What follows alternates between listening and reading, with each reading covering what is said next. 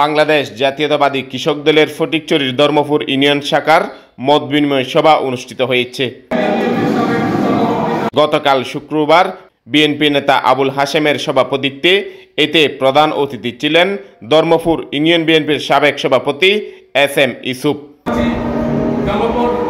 কৃষক দলের উপজেলার সদস্য ও সাবেক ছাত্রনেতা মোহাম্মদ মহসিন হোসেনের সঞ্চালনায় এতে প্রধান বক্তা ছিলেন বীর মুক্তিযোদ্ধা নুরুল আফসাদ চৌধুরী।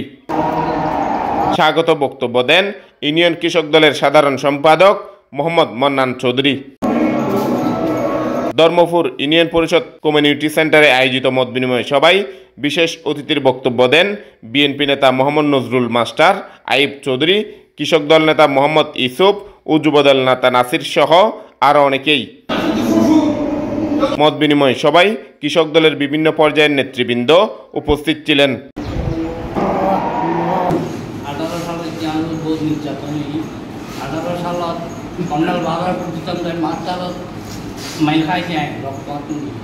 কিন্তু কর্নেল ভারত একটা বিনিময় করেন আমার বিচারপতি হয়েছি সোলাইতাম তাই আর মাইনে খাই ওই মধ্যে বাড়ি তারা করে দিয়েছে বিচারপতি হয়েছে হয়েছে কর্নেল সাহেব না করে অনেক